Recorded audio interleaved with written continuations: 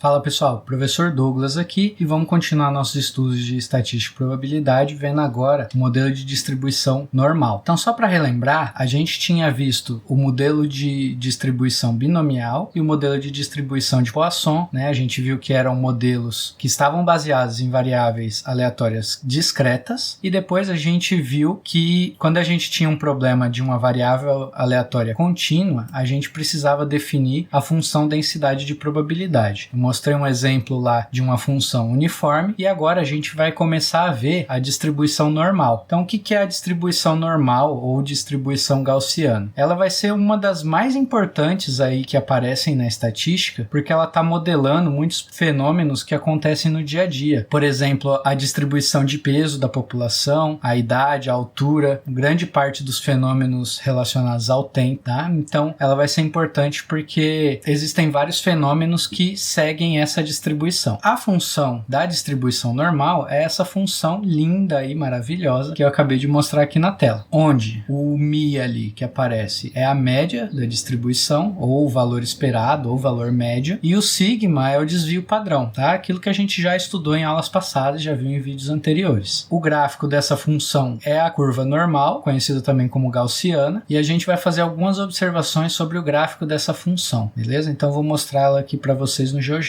Então olha só pessoal, a curva aqui eu plotei a curva aqui no GeoGebra, tá em função da média e do desvio padrão aqui. Essa que está mostrando, ela está com média 0 e desvio padrão igual a 0,4. A primeira coisa que a gente pode notar é que essa curva é uma curva simétrica, certo? O que eu tenho de um lado é reflexo do que eu tenho do outro, certo? Ela é uma função par aí. A segunda observação que a gente tem para fazer é que quando eu mudo a média aqui, ó, essa função se desloca no eixo X. A questão que eu falei dela ser simétrica ali, ela é simétrica e o eixo de simetria está exatamente na média, está exatamente no valor esperado da função. O ponto mais alto da função é o valor esperado, que é a média. Então vou manter a média aqui no meio e agora vamos ver o que acontece com a nossa função se a gente mexer no desvio padrão. Só lembrando lá dos vídeos anteriores, o desvio padrão é uma medida de dispersão. Então, se eu aumentar o desvio padrão aqui, a gente pode perceber que essa curva ela fica mais dispersa, né? A gente vai ter mais valores que estão longe da média aqui e vai ter menos valores que estão perto da média. Já se eu diminuir o desvio padrão, eu vou ter o contrário, né? A curva vai ficar mais alta, certo? Então eu vou ter mais valores próximos da média e menos valores conforme eu vou me afastando.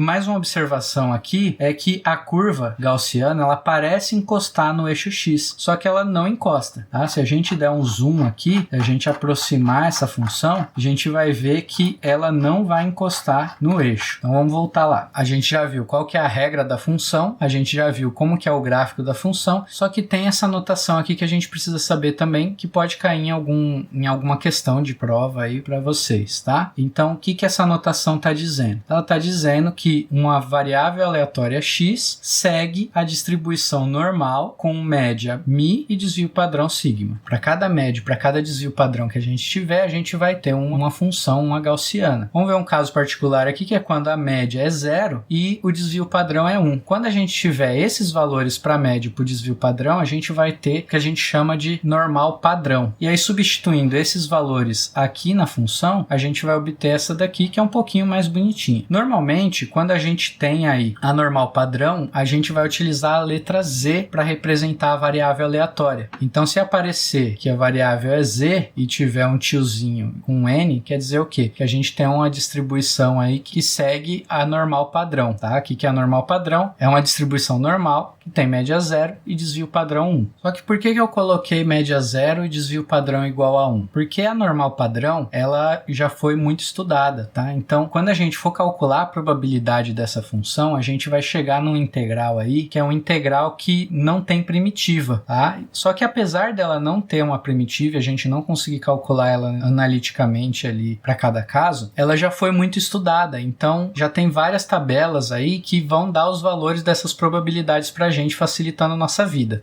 Normalmente a gente vai ter dois tipos de tabela aí. A primeira que pega a probabilidade do zero até um determinado ponto, e a gente tem a probabilidade aqui que vai do menos infinito até um determinado ponto, beleza? A gente tem que tomar cuidado aí com qual tabela a gente está se consultando para resolver os exercícios. No nosso caso, a gente vai usar o primeiro exemplo, tá? Uma tabela que vai do zero até um determinado número. Então vamos ver como que a gente usa isso fazendo um exemplo. Seja z uma variável aleatória contínua que obedece à distribuição normal com média igual a zero e desvio padrão igual a 1. Opa, se média igual a 0, desvio padrão igual a 1, quer dizer que é a normal padrão. Então a gente consegue usar as tabelas que a gente já tem. Então vamos para o item A. No item A, pede a probabilidade dessa variável estar entre 0 e 0,75. Tá? Então vamos resolver esse. Esse caso é o da nossa tabela, onde a variável está entre 0 e um número dado. Tudo bem? Nesse caso aqui, o A é 0,75. Então vamos olhar lá na nossa tabela quanto que dá essa probabilidade aí. Então tem aqui a tabela. Como que a gente olha essa tabela? Aqui na coluna a gente tem as primeiras casas decimais, tá? Então a gente tem a unidade, a primeira casa decimal, e na linha a gente vai ter a segunda casa decimal. Então eu queria encontrar o 0,75. Então a gente vai procurar aqui o 0,7 e vai andar até a coluna que tem o 5. Então, o valor aí da probabilidade quando a variável está entre 0 e 0,75 vai ser 0,2734. Voltando lá no nosso problema, é só a gente colocar o valor e está resolvido. Vamos para o item B. No item B, ele pede a probabilidade da nossa variável estar entre menos meio e meio. Então, se a gente for pensar no desenho, a gente vai ter algo desse tipo. A gente já viu que uma das condições para a gente ter uma função de distribuição de probabilidade é que a área embaixo da curva seja 1. Além disso, a gente também viu que a curva é simétrica. Então, do meio para um lado eu vou ter metade das probabilidades e do meio para o outro lado eu vou ter a outra metade. Então, a gente vai dividir esse caso aqui em duas partes. Uma parte onde a gente tem a esquerda do zero e outra onde a gente tem a direita do zero. Reparem que essa segunda parte é a da nossa tabela. Então, o cálculo dessa probabilidade vai ser a soma de duas probabilidades. A primeira, quando eu somo do menos meio até o zero, e a segunda do zero até meio. Só que aí tem outra coisa. Como ela é simétrica, calcular a probabilidade de menos um valor até o zero é a mesma coisa que calcular do zero até esse valor positivo. Então, essa primeira parte aqui, ela vai ser igual à segunda, vai dar o mesmo valor. Então, eu posso colocar duas vezes essa probabilidade, certo? Calcular a probabilidade do menos meio até o zero é a mesma coisa que calcular do zero até o meio. Por quê? Porque a curva é simétrica. Então, quanto que é a probabilidade da nossa variável está entre 0 e meio. Então vamos lá. Meio está aqui e aí a gente anda para a coluna que é 0. Então 0,1915. Substituindo lá, a gente vai ter duas vezes isso. Fazendo as continhas, a gente tem 0,3830. Beleza, gente? Está resolvida a letra B. Vamos para a letra C. No item C, pede a probabilidade da nossa variável ser menor do que 0,75. Nesse caso, a gente vai ter algo desse tipo aqui. E, de novo, a gente vai dividir em duas probabilidades, né? A probabilidade dela ir do menos infinito até o zero, somado com a probabilidade dela ir do zero até o 0,75. Reparem que essa segunda probabilidade aqui é a probabilidade que a gente consegue calcular na nossa tabela. E essa primeira aqui é uma probabilidade que a gente já conhece, porque ela pega toda uma metade da gaussiana. Então a probabilidade dessa primeira parte é meio. Então a segunda parte, vamos dar uma olhada na nossa tabela quanto que vale. Então é 0,75, então 0,7 a gente anda até o 5. Então 0,2734. Voltando lá no nosso problema, a gente substitui o valor aqui, 0,2734. Somando, a gente tem a probabilidade que a gente queria. Para fazer o item D, agora a gente quer calcular a probabilidade da nossa variável ser maior do que 0,62.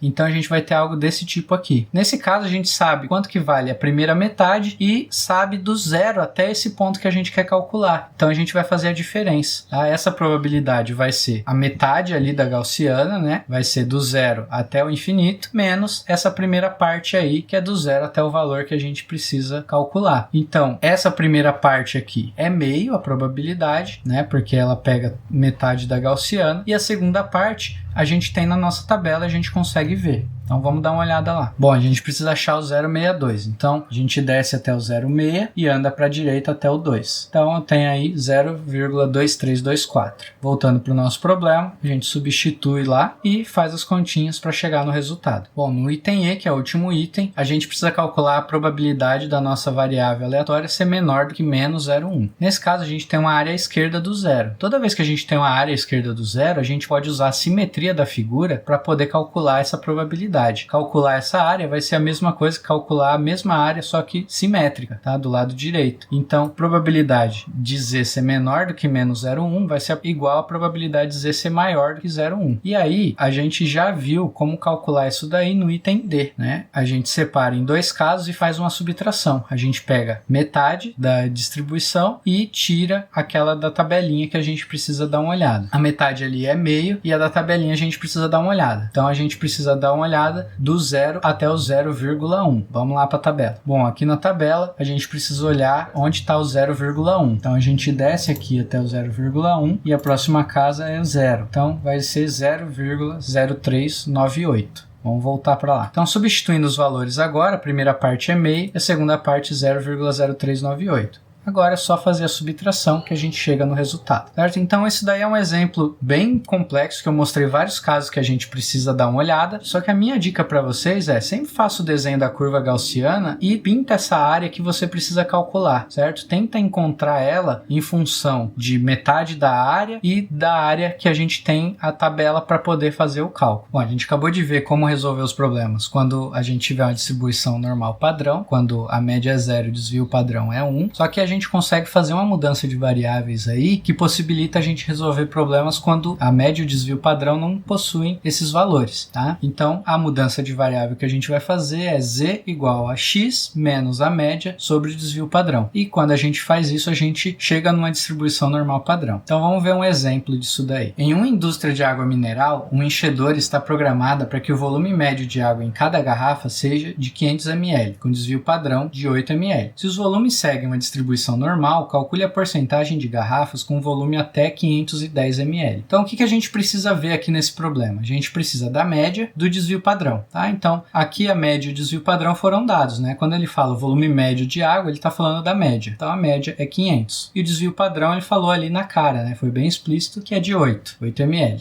A nossa variável aleatória aí, x, é 510, né? E o que eu quero calcular é a porcentagem, a probabilidade de que essa variável chegue até 510. Então, é a probabilidade de x ser menor ou igual a 510. Fazendo a substituição de variáveis aí, a gente substitui os valores e chega que z tem que ser igual a 1,25. Então, a gente modificou o nosso problema aí para calcular a probabilidade de que z seja menor ou igual a 1,25. Bom, de novo, a gente faz o desenho para tentar auxiliar a gente aí no cálculo, né? Então, eu tenho lá uma área do menos infinito até o 1,25.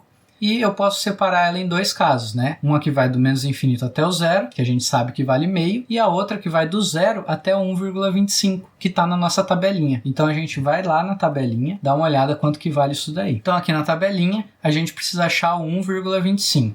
Então a gente desce até o 1,2 e anda para a direita até o 5. Então, 0,3944. Então, substituindo esse valor lá no nosso problema, a gente tem 0,5, que é a primeira parte, né, metade da área, mais 0,3944. Fazendo a soma aí, a gente tem 0,8934.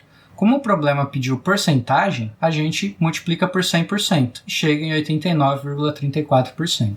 Bom, gente, eu sei que é muita coisa, mas eu espero que eu tenha explicado de uma forma que vocês consigam entender aí. Bons estudos e até a próxima.